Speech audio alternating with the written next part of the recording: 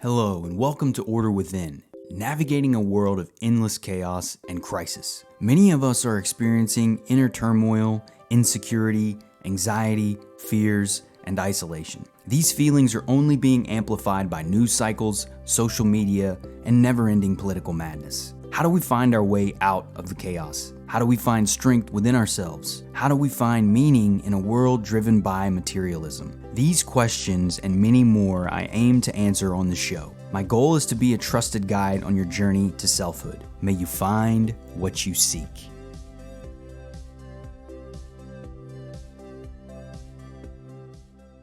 Hello and welcome everyone. I'm your host, Brandon Ward, back with another episode of Order Within. I hope you all have been enjoying it.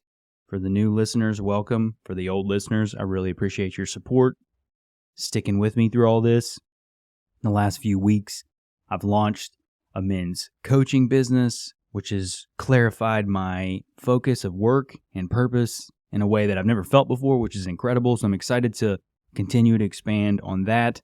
I'm going to layer in content around a lot of the challenges that men face. Now, I'm focusing on men's coaching, but the topics that we discuss on this show, a lot of them are applicable to most people because ultimately it's about getting to reaching our potential and fulfilling our potential and finding fulfillment within our lives, creating fulfillment within our lives. That's the whole concept of Order Within, is creating order within our lives, within ourselves. So today's episode, we're going to be talking about faking it until you make it. I wrote a thread on this earlier in the week, and I want to expand on it more because it's just become a very prominent idea or philosophy in the personal development and career spaces. So let's dig in. We're going to break through. First, we're going to look at definitions on it.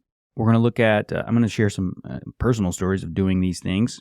I'm going to share some examples of how this stuff works or doesn't work, look at some pros and cons, and then talk about some considerations for steps we can take to counter this and improve ourselves. First and foremost, the definition of faking it until you make it. This is often used in, as I had mentioned earlier, the concept of this is in personal development, career development, and a lot of it is pretending to be more confident or competent than you actually are in order to achieve a goal or overcome a challenge. The idea is that by pretending or faking it, we can embody that confidence, that ability, and we can then execute and achieve at a higher level because we've elevated the sense of self that we feel around our abilities. So that's the idea of faking it until you make it, is we envision ourselves in a place where we have the abilities, we have the confidence, we have the skills to do the things that we are saying we can. Even if we don't believe it, the idea is that we can, because our mind does not know the difference between what is real or not in that sense. So all it knows is the reflection of what we believe. Our beliefs don't have to be true. It's just what's true to us. That's the power of self-development and self-mastery. That's also the detriment of it, is that we are both our master and the slave in this scenario. In order to master ourselves and create order within, there are things that we have to do on a daily basis to nurture ourselves, to create a well-being, to create a sense of well-being and wholeness within us. And so the idea of faking it until you make it can be a very powerful tool to use in moments. If we're not feeling confident or doubting ourselves, we can leverage that. We can envision the person we're aiming to be, the successful person, the person that's leading teams or providing the insight that they need or helping solve the problems that we want to solve. If we don't have those abilities or confident now, we can envision ourselves, feel that, and then from that place. It's meant to be a temporary solution. It's meant to be a tactic, a hack, if you will, that will allow us to feel and envision ourselves in that elevated state and then act from there. It can work. It can work really well in certain situations, but when it becomes a strategy for life, and if we're feeling that on a regular basis where we don't feel confident really consistently, if we're feeling unconfident consistently, this faking it until you make it can make it actually a lot worse. And that's the point of a lot of what I'm covering in today's show, is discussing how this happens and what's happening from this. And so in my own life, I did this a lot in my 20s and early 30s. Like when I was a teenager, 18, 19, 17, I started learning about these things, and I never felt like I was really insecure as a kid and into adolescence and teenage and young adulthood. I was very insecure. I had anger issues. I'm gonna do an episode on like my story. I feel like it will be helpful for people to know a little more about me and learn why I'm so, I guess, inspired to do all these things that I'm doing and what motivates me. But I applied this in my life for many years, especially in my college years. I didn't feel confident inside, but I got really good at faking it and pushing through and keeping the positive attitude up. And really a lot of what I was doing, though, was suppressing what I was feeling inside, suppressing the negativity, suppressing my wounds, my lack of self-esteem. I was just shoving all that down and trying to fake that I was confident, that I was strong, that I was a high-value person. I didn't feel valuable in myself. I didn't like myself because I had not taken the time to get to know who I truly was. I have not taken the time to spend with myself, to nurture that relationship with myself, nor did I know how to. I didn't know how to do those things. So I suffered for many, many years, and faking it until I made it, as they say, was making it worse, because ultimately I kept faking and pretending, and because that's the idea, is that you do this for a bit, moments, and then eventually you'll feel confident. That's the whole concept of it, is that you fake it until you make it, until you have those skills, until you feel confident. But we never get to the until you make it part. We rarely do. That's the thing. Even when we do make it, so to speak, if we don't address the inner things that are creating the feelings in the first place, the lack of confidence, the lack of feeling good about who we are, the lack of self-esteem, it doesn't matter how much success we create in the world. In fact, it may make these inner feelings worse, because we're going to now criticize ourselves for not feeling good, even though we have success, or it's not enough for us. We have to keep going and going and going. So this is a cycle that can be created and perpetuated in our lives. And so I did this for many years. I was in college, and I was a bartender in college, and I pushed myself a lot in university. I had a terrible fear of speaking publicly when I was a kid. I had an experience in ninth grade where I completely froze in front of the entire science class, and it just mortified me from that period forward. Until my senior year in college, I made the decision, because I had been working on myself, been going through some personal development, reading books, and working on my anger issues, starting to make some progress. I wanted to tackle my fear of public speaking. So I started taking on all the public speaking projects in college. Me and my friend Adam, actually, we both did this, and we became the go-to guys to do this, and we got really good at it. And that was in essence where faking it until I made it actually worked, because I was terrified the whole time, but I pushed through that fear and was able to grow and expand my skill set around public speaking. But that fear, that inner lack that I felt, that inner falsehood never went away. And the more I did that, the more I tried to not pretend that I don't care about things, pretend that I am super confident, pretend that I am detached, pretend that I'm not sensitive. I was changing myself. I wasn't comfortable with who I was. And so I was faking it based on this idea of what confidence and attractive young men should do or look like. A lot of this stuff, I was getting these ideas from magazines and movies and culture.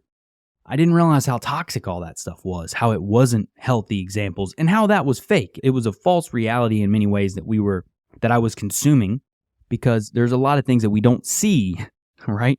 On social media or in magazines or in the movies or television. There's a lot of things that we don't see. We can be easily deceived is the point.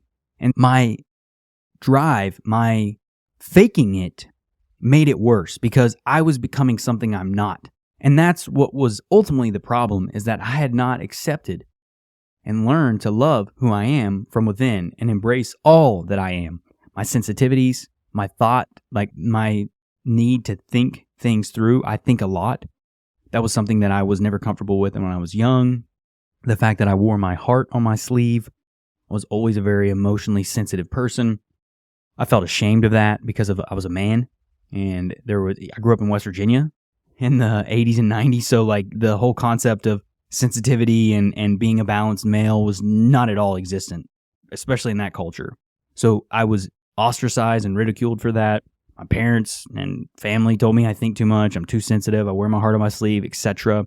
So there was a lot of not accepting who I was. So I was projecting this image of what I thought I needed to do based on what I had learned from our culture and was presenting that to the world. I was miserable on the inside, and ultimately at the end of the day, it didn't work. It didn't get me to that point to where I made it with myself by being confident. And that's the thing. We can't fake confidence in our life. Like, we can find moments. We may be able to do it in certain areas of our life, certain skills, like I had mentioned earlier around public speaking. That's where this idea started. It's in those moments, these momentary things where we are lacking confidence. That's normal when we're starting something new. Anything that's growth oriented, we're going to make mistakes in the beginning. We're going to be uncomfortable. We're going to struggle. So that's to be expected. And there's nothing wrong with that. But if we don't believe that, and we think we have to have this idea of perfection, that we have to be perfect, and that mistakes aren't part of the process, then it mucks us up inside. And so many of us live like that. And I lived like that for years. And I was miserable. And the older I got out of university, the economy tanked in 2008. I graduated in 2007. I was depressed. I got a DUI. I was a mess. But over the years, as time went on and I was in the professional force, things got worse. I felt more and more isolated, more disconnected, more lonely, more miserable. And what I learned over time was that was my own disconnection from myself. And I'm going to do an episode. I've done an episode before on self-parenting. I'm going to do more of that because that process, this is a huge thing that I'm influencing, that is influencing my coaching practice as well, is the ability to self-parent and love ourselves intentionally. There's a process that we can go through to do that. And it can be unique to each of us, but there are pieces to it that we can leverage. And engaging and building that connection to ourselves is what allows us to be genuine and authentic in our expression, in our being. And that's the key. This is what we can't fake confidence for all times. In moments we can, and it can be helpful in moments, but it's not a life strategy. And if we don't feel confident at a baseline, like if our baseline level of existence is unconfident, insecure, fearful, and that's faking that, confidence won't fix that. There's deeper things that are happening.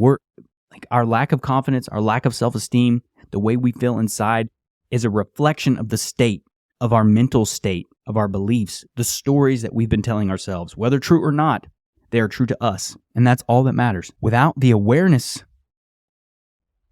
of those pieces, we will struggle because the root is within our psychological being. And that's where so much of this stuff is tangled up and mucked up.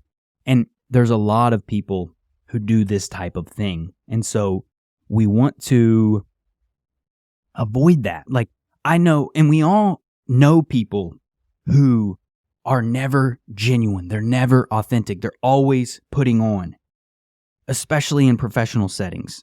You can feel it when you're around people. You know that they're not showing you all that they are. They're always putting on a cheery disposition. It could be a coworker or someone in your family. They deny negativity in many ways.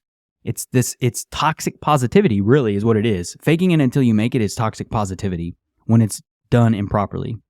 And that's what's taken over so much of our culture right now, is toxic positivity. And this has been happening for a while because we have to be real about things. So we all can think of someone in our life that isn't authentic to who they are, and they're projecting this image of confidence and strength and all of this stuff. But really, it's just a facade. And when we're behaving like that internally we're suffering and it's inevitable. We can deny that our entire lives. People get good at suppressing the truth and how they feel. But if we want to make change, then we have to acknowledge what's happening, recognize our baseline of feelings of where we are with ourselves each day, and look at where we're starting from and then go from there. And if we don't feel good, the majority of the time, if we feel insecure, fearful, small, then there are things inside of us that we have to unpack and uncover. That's the beautiful thing, is we can do it. You can make change. You can become the best version of yourself. That vision of you that you hold for yourself in your life can absolutely be built and achieved. But it happens bit by bit, day by day, through compassion and care for ourselves. And we have to do that through our actions. We have to align our thoughts and our words with our actions. And that's where the work lies. There are many examples of this throughout around us. You can probably think of people too yourselves. But the pros and cons of this section, we talked a little bit about already. But so the pros of faking it until you make it has been discussed pretty extensively. Obviously, in moments, this is a great strategy to deploy. If we're feeling unconfident, sometimes we just have bad days. Even things that we're good at and we know we're good at it, we don't feel good that day. So we get into that fake it until you make it, envisioning ourselves in a state, and we can elevate ourselves. Those things are tangible. It's great. Tony Robbins has really made his whole career around this type of stuff. I'm not a fan of Tony per se. I haven't really read too much of his work. I've read a little bit. I've watched a ton of his videos and stuff, but he's been around forever. So there's like exercises and movements that he teaches people that can work, that can activate your energy, that can make you feel powerful in the moment. That's where faking it until you make it can be helpful, is to get a little extra jolt, to get that force that we need in the moment. That's the whole point of it, is to use it in moments when we need it. But the con is what I was describing and what so many people are doing now, which is living inauthentic lives. That's what I did. I was deceiving myself for many years because I was living up to a standard based on external objectives of whatever masculinity and confidence and esteem looked like that society had shared with me. And I was trying to emulate that. And I was failing and I was miserable. But I wouldn't let people know that because I was faking it. So I was internalizing my suffering until it got to the point to where I couldn't do it anymore. I was suicidal. I didn't want to live anymore. So I luckily I found the inner bonding process, and that changed my life. Things have been not the same at all since then. And then the growth mindset came after. So there's absolutely hope for us, no matter where we may find ourselves now. But the downside of this is that when we apply this to the whole of our life, we end up living lives that are not a reflection of who we truly are from within. And we are going to be living a life. The longer we do this, the more things we put up, careers, families, all this stuff around us that are not a reflection of who we truly are, the more we're going to become imprisoned by the world that we've created around us. Authenticity is crucial for life fulfillment. And until we discover that, we're going to continue to suffer as a species. It's inevitable. And so understanding that and recognizing that momentary usage of this is fine, but life strategy as a whole it's not good, and it's going to create more problems than it helps. And so the key is to look at our baseline. Look at our baseline of existence. Look at where we are today. And move away from, so we can start to get to actually feeling and being the person that we desire to be, which is where we're going to, not faking it, but becoming it. Becoming the thing that we're attempting to fake. Sometimes we may realize through reflection and connection with ourselves that what we thought we initially wanted to be was not at all who we really are, and that could change completely. Or it could also just validate what we've always wanted, but now we actually have a means to go about doing it. And so that's the difference, is we have to be honest with ourselves. And that's where this comes from. When we start getting into steps we can take, action we can take, it all comes back to self-reflection. It all comes back to holding true to who we are, spending the time to nurture that relationship with ourselves, daily.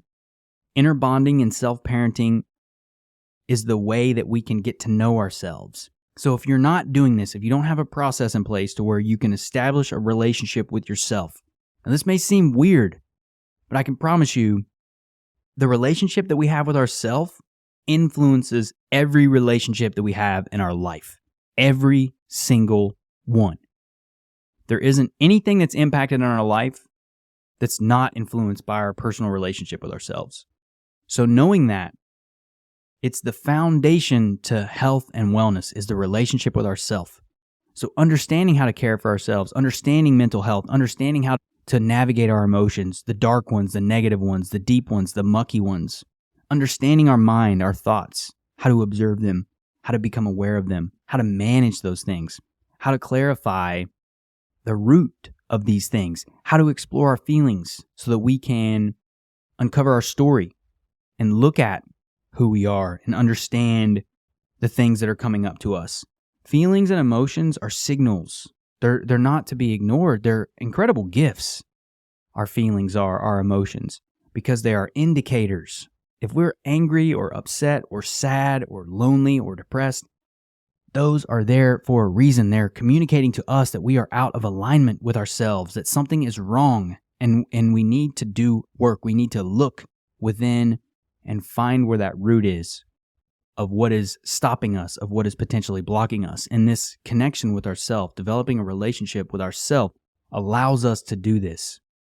It allows us to establish a trusted relationship with who we are that we can begin to cultivate and build on and start to understand, why am I feeling depressed? Why do I feel so isolated? Why am I lonely? Why do I feel lonely all the time? Why do I think I don't want to live? Why do I want to take my own life? Some things get dark, but as we get in there and we start exploring, stories will emerge. Our whole process of inner bonding is connected to our inner child, and all of us carry within us our child that we age through. So that psychological child is still within us. We don't lose our 5-year-old self. We just grow from it. But like the foundation of my 37-year-old self is built upon all the ages up to that point. 1, 2, 3, 4, 5, etc. Our youth is the foundation of the way our brain's set up, the beliefs that we have, the way we operate. All of that lives within us, and it starts with our inner child, and that child stays with us throughout our life. But that child is the secret to our joy, our creativity, our fire, purpose. It's where all of that comes from. It's our innocence. It's also what connects us to the universe, to life, to God. That's the seed of the infinite that lives within each of us. That's the power we hold, is that inner child. That inner child is our greatest gift. And as we learn to cultivate that relationship and explore that inner child and get to know that inner child more, envision yourself, whatever it may be, at an age. For me, it was always that 5 to 6 range, I feel like, when I'm talking to myself as a child, and start to explore some of this stuff. That little kid will have stories for you. They will tell you why they feel the way that they do. They will tell you where this hurt is coming from, and they will tell you what they need from you now. Because the upside of becoming adults is that we don't have to rely on anyone. We can become the parents that we always desired and needed. And this is how we cultivate an authentic relationship with ourselves. And we can overcome this fake it until you make it stuff. And so start with journaling. If you have a journal, if you like to do it on the computer, whatever. And just start checking in. Asking yourself, how are you doing today? How am I feeling? Explore those feelings. Envision that child. What do they look like? What age are they? And what would you do if you were an adult and you saw a child on the side of the road or on the sidewalk crying, and they were by themselves and they were upset and there was no one, it looked like there were no parents or adults around? We would stop. How would we address that child? We would come down to their level. We would bring care to it. We would bring attention. We would be concerned for them. We would want to understand, hey, where are you? Why are you upset? Why do you seem to be alone here? And the child would communicate with us. I lost my parents. I don't know where they went, whatever it would be. And then we would care for that child. We would help them. We would help them find their parents. We would lead them. We would protect them because they're children and they need protection. They can't protect themselves. We have to do the same thing for ourselves. That little child in you is still there, yearning for love, for care, for attention. And inner bonding allows us to do that. It allows us to cultivate and build that relationship with ourselves and experience the most wonderful thing that we can experience in life, which is truly a connection to who we are, which allows us to connect with everyone around us. Again, I said this earlier, when we're disconnected from ourselves, when we're disconnected from our authenticity, the joy that we bring, the love that we carry within us, we can't feel those things in other people. It's impossible because, again, our relationship with ourselves is a reflection. What we're having with others is going to reflect the relationship that we have with ourselves. So if we can't connect with joy and love within ourselves, we won't be able to do that with our partners, with our friends, with our family. So the relationship with ourselves is the most important relationship of all. It dictates and defines every other relationship we have in our lives. And when we learn to do this, it can truly transform the way we live, the way we feel, and the experiences that we have every day. Now, this is not a panacea, right? It's not a quick fix. It takes work. And more importantly, above all, it's daily showing up in little moments, checking in with ourselves daily. It just has to be a few minutes each day. It doesn't have to be this crazy thing. But uncover what's bothering us, uncover what's limiting us, uncover what we're excited about. It's not just negative stuff. This is the fun part. You get to explore what makes you who you are, and you can come to realize what makes you great, whatever that may be. Maybe it's your quirkiness. Maybe it's your weird love for bugs. Maybe it's science. I don't know. Could be anything. As an example, from me, I came to realize that I loved my sensitivity. I loved that I thought about things a lot. All the things that I saw as problems when I was young became my greatest gifts as an adult as I become to learn and embrace myself and accept who I was. It turns everything upside down, but it starts with compassion and patience with ourselves. That's a hard thing to learn. A lot of us don't learn this because we learn it from our parents. And if our parents don't know how to do it, they don't do it for themselves, they can't teach us. This is stuff we have to model.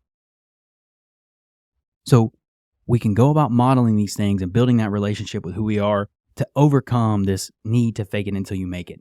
It's a good thing to do in moments where we're feeling maybe down or a lack of confidence, but it's not a life strategy. And if we feel, again, the baseline of who we are is low confidence, low self-esteem, low worth, we're sad, isolated, depressed, the majority of the time, then there are things inside of us that we have to uncover because those are signals. They are signals to us that something's wrong in our life, inside us, in our environment, maybe a combination of those things. But it's amazing what can happen and change outside of ourselves when we do the work within. How jobs can fade away, relationships can change, places to live. There's so much stuff that can happen. And when we align with ourselves and we start putting in the work, the universe takes note.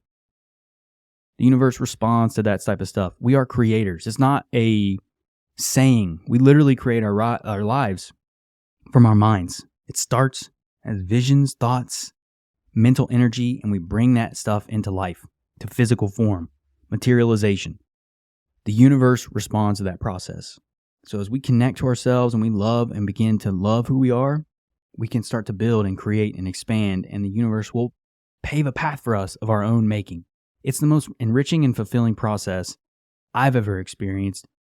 It's why I do all this stuff, because it's so many people are suffering unnecessarily once you understand how these things work, and there are so much that we can do to influence and impact our ability to feel good on a regular basis and feel good about who we are. And more importantly, above all, find fulfillment and purpose in life in our expression so we can make a difference and feel good about the life we're living. That's an incredible place to be. That's all what we all strive to do at the end of the day. And that's the objective. Authentic expression of who we are, to find fulfillment in ourselves and live a life of purpose. That's what we're aiming for. And that's what it's about. All right, y'all. That's all I got for today's episode. I'm excited. Oh man, I'm so stoked about this men's coaching practice. Can't wait to keep growing that. I'm expanding the content. I've been making a ton of progress on the site around the blog posts, the threads. I've been taking all my Twitter threads, expanding them and reformatting them. So for you who happen to follow me on Twitter or LinkedIn, if you check out my website, the content is getting expanded from there. So you can check it out if you want. You can also subscribe to my Substack. You can follow me on Twitter. Connect me on LinkedIn. All the information is in the show notes. Twitter is at Brandon Lee Ward. LinkedIn is Brandon L. Ward. And then my website is brandonleeward.com. So, I hope y'all are, happy New Year, 2023, y'all. Happy New Year. I'm feeling great about 2023. So I hope you guys are too, guys and gals. If you're not, we can work to get you there, to get you feeling good about it. That's what it's all about. So, that being said, until next time, y'all. Thank you for listening to Order Within. If you found the episode helpful, please consider sharing, rating, and subscribing. New episodes will be released every Thursday at 11 a.m. Eastern Standard Time. Until next time, y'all.